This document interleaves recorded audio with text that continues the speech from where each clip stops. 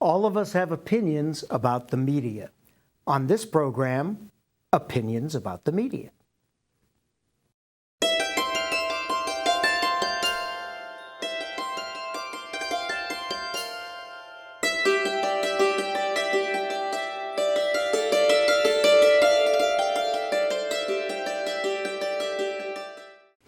Hi, I'm Michael Fields, General Manager of App TV, and welcome to the first edition of The Media. Our weekly programs examine the impact, both good and bad, that the media has in all of our lives. Our panel of media observers includes Dr. David Spiceland of App State's Department of Communication, Allison Dyke, who is advisor to our campus newspaper, The Appalachian, and our campus literary magazine, The Peel. And ordinarily, we would have a third media observer here. That would be Heather Preston, also of our Department of Communication. She'll join us for the first time next week. I guess, media observers, the biggest media story of this week is the proposed merger of Time Warner. I guess it's really an absorption of Time Warner Cable into Charter Communications. This would give us a second very, very large, too big to fail, cable monolith in the country. David, when you heard about this, what were your feelings? What were your impressions as a media professional? I wasn't surprised because I heard that a long time ago Charter had thought about purchasing, merging, or whatever with the Time Warner Cable.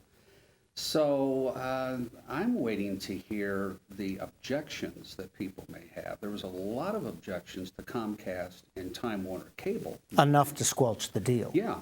However, the way I figure, and I've heard the numbers will work out, is that a Time Warner Cable and a Charter merging will still be smaller than what Comcast is. So I think that may reduce some of the criticisms of any kind of a merging. Allison, we were just talking about the numbers. How do they stack up? They will be roughly equivalent, will they not? Right. I know Comcast originally wanted to take over Time Warner Cable, but they could not because we're going to get more than 30% of the market share, which is not allowed. With Time Warner Cable and Charter going together, they're only going to hit, I think, 25%, and Comcast is already at 28%. They're also going to be taking over Bright House Media, I think, which is in California, I'm pretty sure. And it's a smaller... Right, so even with those three together, it's still going to be less than what Comcast is. But again, large enough, and this is one of the rationales, I think, for the merger. One of the things that mitigates a little bit in its favor is that now we have this gigantic Comcast organization, and that it seems almost obligatory, almost necessary, that we create something large enough to provide some competition. There's been so much consolidation in the cable industry over the last 15 years. This would almost be the last opportunity to create one large enough to be a significant competitive challenge to Comcast. Isn't that right? Oh, possibly so. It really begs the question, is bigger better? What can they do with a larger size operation? And a rule of thumb, I don't have any inside information, but a rule of thumb is any time that a purchase is made, you're going to have people let go, fired, released. So this will have a real personnel kind of response. One of our former students is working with Time Warner Cable, and I see them occasionally, and they're doing a newscast somewhere in North Carolina. I think it comes from Raleigh. It's called News 14, and it's a regional sort of statewide right. But who knows if Charter's going to feel like that's worth the effort. I think it is. I think anytime you have a local news operation, it's a good thing. So a lot of it right now, I don't know. I mean, who knows what the managerial assumptions will be from the top of Charter. Well, of course, first of all, I should disclaim this whole conversation and make sure that our audience understands that they are probably watching this program either on the internet or they're watching on Charter Cable. The Boone system is owned by Charter. And secondly, they should also know that we are in negotiations with Charter as to the distribution, the mode of distribution, and so on and so forth of App TV. So that having been said, there are a couple of, again, strange circumstances about this. Number one, Time Warner and Charter don't overlap a lot in other words, they are not in the same markets. Now, there are some buffer zones where they come up against each other, but that may help the laying off of people. But unquestionably, there will be layoffs.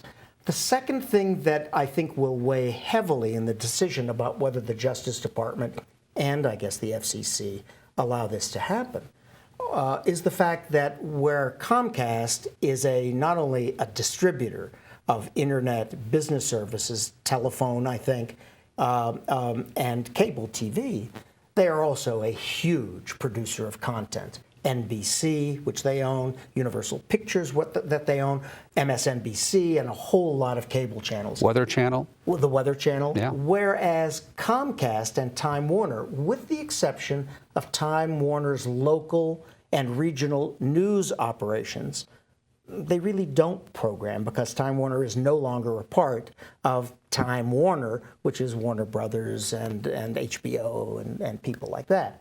So that is another difference. One is a distributor and a provider of programming, of content. The other is basically just a distributor. This is going to be interesting. Do any of you, would you like to venture a guess as to whether this will be approved? I think it will be based on the research that they've done and also the fact that they're not going to hit that 30% market share. And also I was watching a video interview with the CEO of Charter, and he was saying that they're going to venture out into video on demand and kind of try to compete more with Netflix and Hulu. And places like that, I think it's interesting that they're still acting like that's new technology. Personally, I cut the cable cord a long time ago. I only have it right now because it's part of my package in my apartment. But I cut it probably 5 years ago. So Netflix is not new. It's not new technology. It's the same way as newspapers lamenting about the internet coming to take over and what are they going to do. And they waited way too long to do that. So it'll be interesting to see how they're going to kind of embrace this technology and how they're going to keep surviving. Because if they depend on what they've always depended on, they're not going to make it. It is interesting that you say that from what you've read, in their mind, in the cable, that the technology of on demand and so on and so forth is rather new. Right. When in fact, you've been enjoying it for some time. Right. I'm in the old side. I just got, as a matter of fact, someone gave me a gift of a subscription to Netflix, and I still am not quite sure how but I did watch that one of those series on Netflix, and I enjoyed it. But it will certainly never take the place of the broadcast channels that are delivered via cable for me. I still have my foot in the past, and that's where I do most of my viewing. And the elephant in the room, and you've touched on this, Allison, is new technology. Where is all this going? There are some serious predictions that cable is it's not dead, but it's dying. Oh, absolutely. So now, I love my cable. I love to be able to have those channels at my disposal. But the prediction is it'll be streaming. That the Netflix model will be how we get our content. I don't know. If I had a time machine and could have gone back 30 or 40 years and bought $100 worth of stock in Lowe's Hardware or Walmart, I wouldn't be here today. I'd be retired somewhere enjoying the high life. So I thought you did enjoy the high life. Oh, already. I do. But I would really be enjoying. You're in the high country. No, well, that's true. Yes, but it's the high country yes, thing. That's right. So I don't know. All of us are high. Yeah. I think there's something really else to consider. I don't think it will make this thing fail, because in these matters, the people's views who seem to matter the least are the consumers. But is there anyone on the business map in the United States, business other than politicians and bankers, who are despised as much as the cable industry? This is an industry that no matter what it does, it seems, as far as the public is concerned, to stub its toe. You think back, and there may be one great thing you can attribute to the cable industry, and that's C-SPAN. And they did that to curry favor with Congress. Well, this will be an interesting one. I too, by the way, think that it will be approved, because I think it does not look good on the business landscape to have Comcast sticking up like Mount Everest and everybody else sort of like Grandfather Mountain. You know, it just isn't equal enough. I think that will push this thing forward. Well, let's move on to something else. We have seen in the last couple of years 2 big incidents of campus rape issues. One at Duke with the lacrosse team, and one at UVA. And these are media issues because there are some very deep,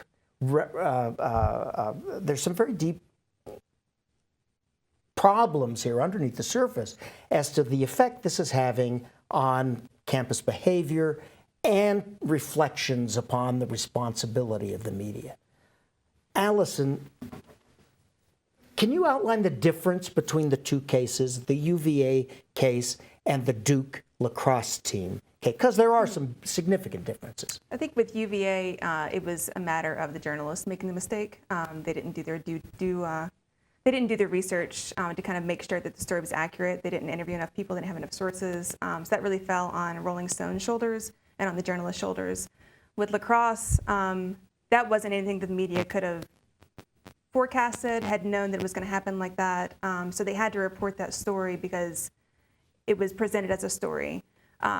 Whereas with the UVA, that was just the journalists not following through like they're supposed to on doing their research and doing all the interviews that they needed to conduct. David, you must cross this territory all the time in your classes. The rush in media is always to get the story first, to get it out there for competitive reasons. When does responsibility hold you back? How do you make that call? We don't have all the information. Shall we go with it anyway? And is this, in fact, an ethical issue, a professional issue? Give us a little bit of educate us on It's this. partly legal, partly ethical. You know, I think back on Congressman Gary Condit. Hope I got the name right, but it's been a long time. Yeah. And here's a guy who was involved in a relationship with one of his interns. He was a congressman. And everybody was jumping on the story, but to Dan Rather's credit, he said, it's not a story yet. And of course, it was a very complicated story. And eventually, unfortunately, the intern was found murdered. And then he got involved in, was he guilty or whatever? And Not Rather, not. but Condit. Right, exactly, yeah, right. Well, Dan Rather, though, said, and he's the executive producer of the CBS Evening News, and he said, we are not going to use this as a story yet because it's not a story. And that's one of the instances, and again, I think to his credit, where he said, no, we're not going to be first. Everybody else ran with it, apparently. And again, you did have the competition from the cable news networks, which has been part of the problem at the network level.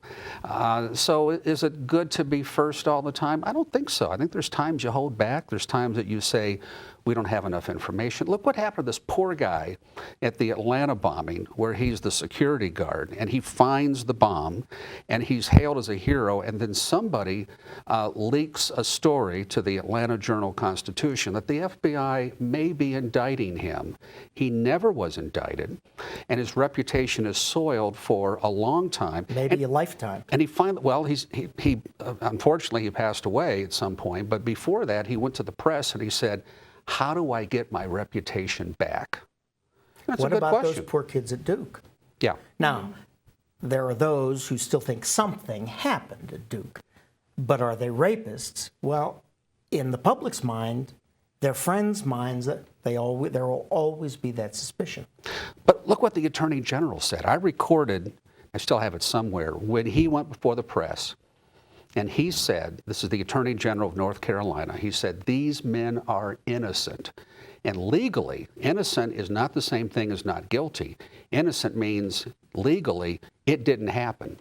So apparently he knew something after talking to the witness and other people that it wasn't involved. And part of the problem with the Duke lacrosse case was you had a district attorney who's running for re-election. Maybe that means that we change the way that we get DAs into that position. I don't know. Well, that clearly had a huge impact on that story. We have not a lot of time left, but I have one for you, and it may strike very close to your heart. I have noticed since I've been on this campus 5 years, 2 of which I believe you have been the advisor to the Appalachian. If you had not come along, I could understand, I could answer my own question, which is coming in a moment. But since you've been here, there has been such a dramatic change in the quality and the relevance of that newspaper. I want to ask you, why is it, 2 parts. Number one, why is it that this campus gives so little support to campus media, which includes WASU Radio, which is an outstanding radio station? Number 2, is this sort of the norm on campuses across the country, that campus media is not really an intrinsic part of the campus's life, daily life? Allison? Students are inundated with information from so many places now. They're not likely to stop and pick up a newspaper a lot of times, or here specifically, they're very sustainable. So they'll pick up a paper, read it, put it right back down in the stand. So that skews our pickup rate numbers because we go back and count them every week to see how many were left. But we also track our analytics online very closely, and we kind of know what stories are popular, which ones are not popular. But when I first started here, the students were not paying as much attention to what was popular, what their audience wanted. They were just kind of putting out what they thought was the top news and making that determination themselves. But I had a couple of them go out and deliver papers with me, and they had to go back and pick up all the old papers from the stands. And I think that really hit home for them. We had to do that for probably the first 2 weeks. I drove around my personal station wagon with 2 kids in there. And we did that for a while, and I think that really kind of made them see their responsibility was not just getting the content on the page and being done, but it's all the way to the delivery to the consumer actually consuming the news. So we've really tried to make a switch in seeing what people wanted to read, what they're most interested in reading. I'm developing a readership survey this summer that we're going to put out next year. But it's a constant battle. And I think it's like that across the country for all campus media. You have to kind of you have to really talk to your audience about what they're reading right now, what sites they're visiting, what kind of content they like. And a lot of it is lists and things like that because they have shorter attention spans. So you can kind of find a balance between those fluffier stories and the harder stories, but you can't just do all hard stories necessarily. They do want kind of like a traditional paper where you have A&E, you have hard news, you have cops, things like that. So kind of finding that balance. And there wasn't a lot of that here, I don't think, as much when I first got here.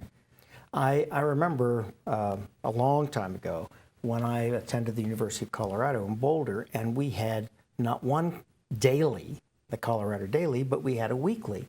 And everyone for hours, maybe 12 hours or something, your friends bumped into you. You would see them sticking out of book bags. You would see them being carried tucked into books. And it was water cooler chatter. People would talk about what was in the paper that day. We had a campus radio station which couldn't hold a candle to WASU, and it was listened to.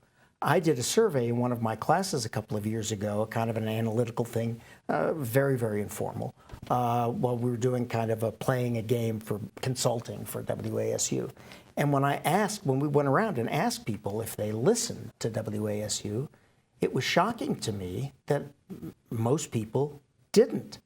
There were some people who didn't even know that we had this award-winning college radio station here at ASU. Any sense of this, David? Well, I don't know. I'm not sure if I accept your premise. I'm not disagreeing.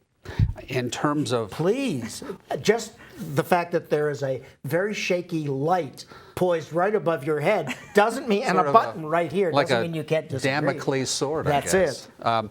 No, but probably more statistical ratings or whatever for me, which I've never done. I like campus media. I've worked with campus media since I've been in academia for a long time. I won't give you a date.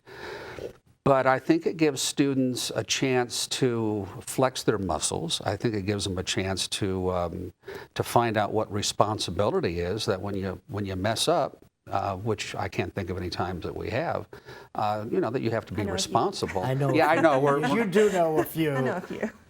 But no, I think it serves a purpose. I guess the only criticism I would have, and it's not a strong criticism of the newspaper, is I have to kind of look for it. I've thought, gee, wouldn't it be nice if somebody could put it underneath my office door? But again, that's okay. Another You know that step, home and delivery is a thing I in the know. past. See, but I grew up at a time I used to deliver the Detroit News a long time And ago. it was a lot heavier than the Oh, Appalachian. yeah. Well, yeah. But again, going back to your point, though, when you talk about the University of Colorado, and I won't put a date here, but that was a time when more people read newspapers. It was a time that we didn't have, like you've said, Allison, the competition from media. We are so overwhelmed with stuff, overwhelmed with media, that it's difficult to keep track of all of it. But I like to read the newspaper when I can, to find out some local issues. I look through and I find some things that are happening that I didn't know about. So I think it does serve a purpose. Let me ask you to kind of, again, another little, but this one won't stab at the heart. Allison, what's your major source of media? What do you watch? What do you listen to? What do you read? I watch a lot of now that I have cable in my apartment, I watch a lot of the cable news out of Charlotte, some of it out of East Tennessee. Like what? I mean, do you have, of channels? course, you now know you're going to declare yourself politically, because No, if you say Fox News, why, of course, we know. I actually don't know which channel is which still, so I just kind of flip around and whichever one I land on. I do watch CBS Sunday Morning. I'm a big fan of Charles Osgood. NPR, when I can. I don't have very good service in my car, so I don't listen on the way here, but I do listen to that on my computer when I can. And what about reading? Reading? Periodicals, newspapers. I don't have anything in print. I do read the Mountain Times every now and then. I don't really read print products except for the Appalachian, because I have to critique it every week. I read the New York Times online, things like that. I have a former student who works for the New York Times, so he'll send me stories that are interesting every now and then. But I'm not really dedicated to one media outlet. Even a media platform, I do online, I do some print, I do cable, so a little bit of everything. But so most of your media choices are provided either online or via cable. Yeah. Because you have cable. Right. David? Do I have to tell you? Absolutely. Unless it's something that you don't want to be bandied about town. Yeah, I like television. I grew up with television. I grew up in the days when, in the 1950s, I told my class this yesterday, when the TV went off and the little dot would form. And I don't know what it was, if we were just bored silly back then. But I grew up in black and white television. I grew up with 3 networks, although in Detroit we had Windsor, so we had, a fourth. Canadian broadcast, Oh yeah, CBC across the river. which was interesting watching their news, because they didn't have the same kind of news that we did. Some of the same elements, and so I got some of that bicultural kind of thing. I don't read as much as I wish I could. I like to watch movies. I like old movies. I like westerns. Do you watch Turner Classic Movies? When I can, yeah. I try to look at their schedule for the month and find out what they've got. Some little tidbits in there that are really interesting, which have usually come out of the MGM archives. And I love talking about history. I love the story of the backlots. I like to read about the stars. I mentioned before we went on air that I have this hobby of going to people's graves, famous people's graves, which You is, don't steal the flowers. no, nothing like that. But I like to see how people choose to be remembered. I like to see the elements of personality. And to jump to today, you know, what's happened is we have a culture of celebrities who, you know, especially in the news business, that I think is kind of unfortunate. But you know, Murrow, you know, going back to the late Edward R. Murrow, who's the patron saint of broadcast journalism, there was a lot of things that he contended with, the things that he predicted that we've got today, you know, in terms of the news business and how news operates. You know, these reality shows that just irritate me sometimes, but then I wind up watching them. See, they irritate me, and I do not watch them. Well, but it depends. Murdoch's famous speech to at the end of his CBS career to the radio RTNDA. He literally predicted the media situation pretty much of today. No, he didn't use words like internet or things like that, but he really did nail it. And it was a cautionary note. He presented it saying, this is what you're going to get if you're not careful. It was not at all a prediction, the kind of prediction that that Wells would have done in one of his novels. You know, this was, hey, folks, watch it because this is what you could get. This has been fascinating. We'll have to do it again, and in fact, we will. That's our program for this week. Please join us for our next discussion on the media.